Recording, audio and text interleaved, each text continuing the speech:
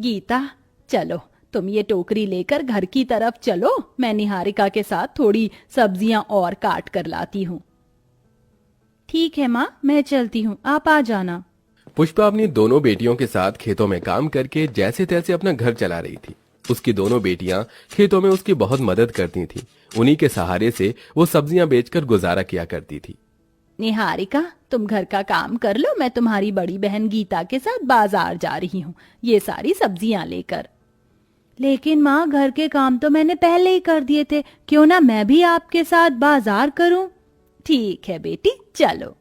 पुष्पा अपनी दोनों बेटियों के साथ सब्जियां टोकरी में भरकर बाजार में ले आती है।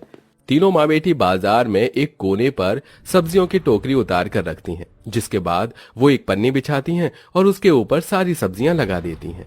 सब्जी ले लो, सब्जी, हरी हरी सब्जी, सब्जी ले लो, सब्जी, हरी हरी सब्जी। गीता की आवाज लगाते ही वहां कुछ लोग आना शुरू कर देते हैं। अरे, भिंडी और तोरी कैसे दे रही हो? ज्यादा महंगे नहीं है बहन जी, बहुत सस्ते हैं, ले लो, सही दाम पर लगा दूंगी। भिंडी 100 रुपए किलो और तोरी 80 रुपए किलो। हे भगवान, इतना महंगा दे रही हो, इससे अच्छा तो मैं किसी बड़ी दुकान से ही खरीद लूंगी। पता नहीं तुम्हारी सब्जी कैसी है। नहीं बहन, ऐसा नहीं है, बहुत साफ सुथरी सब्जी है और साथ में अभी अभी फ्रेश तोड़ कर ला रही हूँ अपने खेत से। ललिता जैसे ही भिंडी और तोरई उठाकर देखती है, उसे सब्जियां ताजी ही लगती हैं। और कहीं पर लेने जाऊंगी तो ऐसी ताजी सब्जी तो नहीं मिलेगी, ऊपर से दाम भी बहुत ज्यादा लगाएंगे। वैसे ही बेचारी ज्यादा महंगी भी नहीं बेच रही है, सही खरीद लेती हूँ। इस तरह ललिता ऐसा सोचने के बाद पुष्पा से ही भिंडी खरीद लेती है। ऐसे ही पूरे बाजार में 1 से 2 ही ग्राहक आकर पुष्पा से सब्जियां खरीदते हैं। बाकी के सब बड़ी बड़ी दुकानों से ही खरीदते हैं। रात हो रही है और अभी तक हमारे पास और कोई नहीं आया। अब हम लोग क्या करें, इतनी सारी सब्जियां बच गई हैं। माँ, एक काम करते हैं, इन्हें वापस घर लेकर चलते हैं, कल सुबह सुबह यहाँ वापस आकर लगा देंगे। हाँ माँ, दीदी बिल्कुल सही कह रही है। अपनी दोनों बेटियों की बात सुनकर पुष्पा सब्जियां वापस टोकरी में भरकर घर वापस आ जाती है। घर आने के बाद जब वो खाना बनाने जाती हैं, तो सिलेंडर की गैस खत्म हो जाती है। अब क्या करें, एक तो गर्मी इतनी है, चूल्हे पर खाना बनाया नहीं जाएगा, ऊपर से लकड़ियां भी नहीं है। यही कुछ पैसे कमाए थे आज, अब ये भी गैस लाने में खत्म हो जाएंगे। पुष्पा बहुत ज्यादा परेशान होती है, कुछ तो गर्मी के चलते, कुछ अपनी गरीबी के चलते। वो जो भी पैसे कमाती है उनसे वो सिलेंडर में गैस भरवा देती है, जिससे वो सब उस दिन खाना खाते हैं। एक तो गरीबी हमारा कभी पीछा नहीं छोड़ती, ऊपर से ये गर्मी भी हमारे पीछे पड़ गई है। देखो ना, कितनी रात हो गई और अभी तक लाइट नहीं आई। तभी पूरे गांव की लाइट आ जाती है, लेकिन उनके घर में लाइट नहीं आती।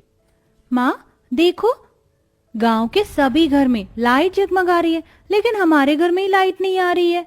ऐसा क्यों हो रहा है माँ? तुम लोग तो जानते हो ना, तुम्हारी माँ कितनी गरीब है। गरीबी के चलते मैंने अभी तक मीटर भी नहीं लगवाया, शायद इसीलिए हमारी लाइट नहीं आ रही है।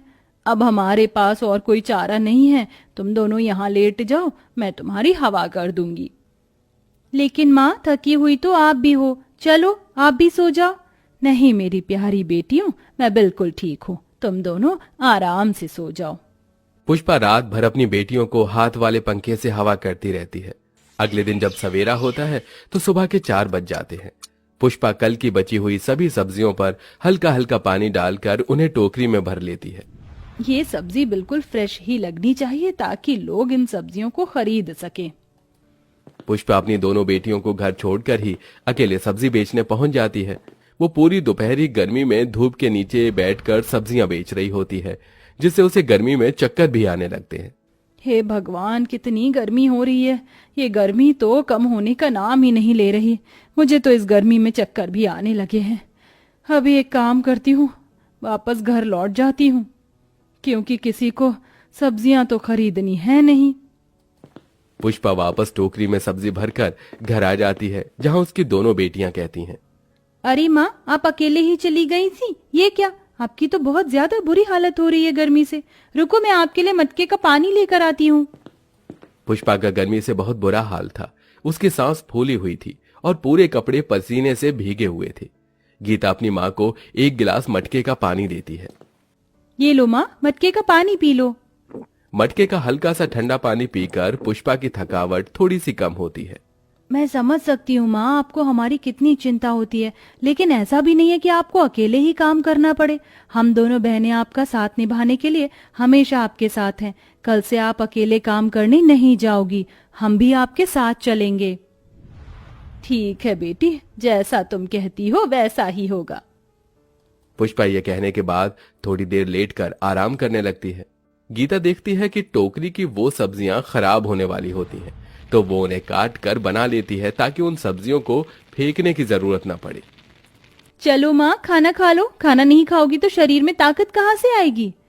कभी कभी तो मुझे बहुत अफसोस होता है कि मैं तुम दोनों को वो जिंदगी नहीं दे पा रही हूँ जिस जिंदगी की तुम दोनों हकदार हो। जब से तुम समझदार हुई हो तब से ही मेरा साथ निभा रही हो। तुम्हारे पिताजी तो मेरा साथ छोड़कर चले गए और किसी और से उन्होंने शादी कर ली। काश के उन्होंने ऐसा कभी ना किया होता।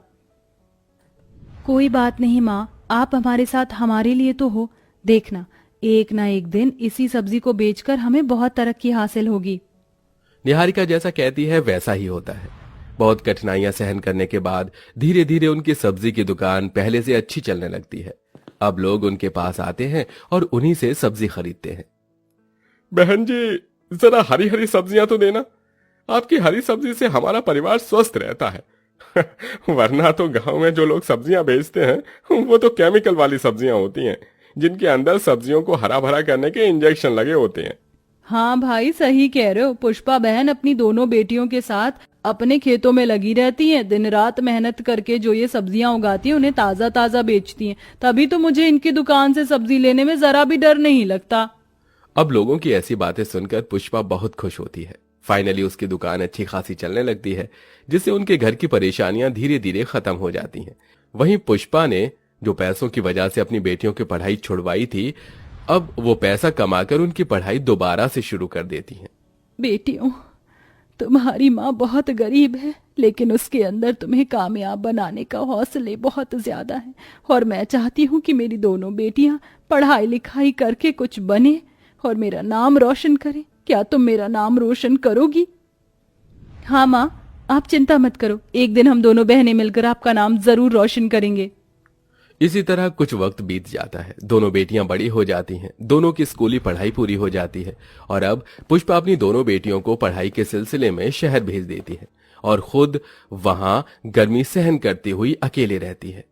बेचारी पुष्पा हर दिन भरी गर्मी में सब्जियां बेचकर वापस घर की तरफ जा रही होती है, लेकिन ज्यादा गर्मी की वजह से उसे बहुत तेज चक्कर आते हैं और वो सड़क पर चक्कर खाकर गिर जाती है। उसकी टोकरी की सब्जियां भी इधर उधर बिखर जाती हैं। तभी वहां एक गाड़ी रुकती है, जिसके अंदर से उसकी दोनों बेटियां निकलती हैं। माँ उठो ना, देखो हम वापस आ गए।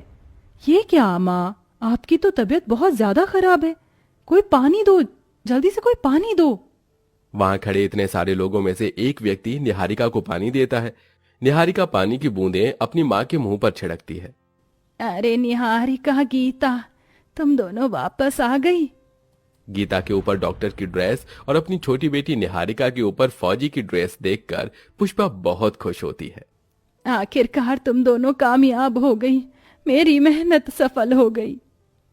माँ, बहुत दुख उठाए हैं आपने ही गर्मी में खून पसीना बहाकर हमें आज इस मुकाम पर पहुंचाया है। अब आपको और परेशान होने की जरूरत नहीं है और ना आपको गर्मी में सब्जियां बेचने की जरूरत है। हम आपको यहाँ से शहर ले जाने के लिए आए हैं, अब हम वहीं रहेंगे। इस तरह सब्जी बेचने वाली माँ की बेटियां कामयाब हो जाती हैं। दोनों बेटियां अपनी माँ को शहर में बड़े से फ्लैट में लाकर रखती हैं, जहाँ उनके फ्लैट में एसी लगा होता है। इसी के चलते अब गर्मी में पुष्पा आराम से रहती है और उसे कोई काम करने की जरूरत नहीं पड़ती।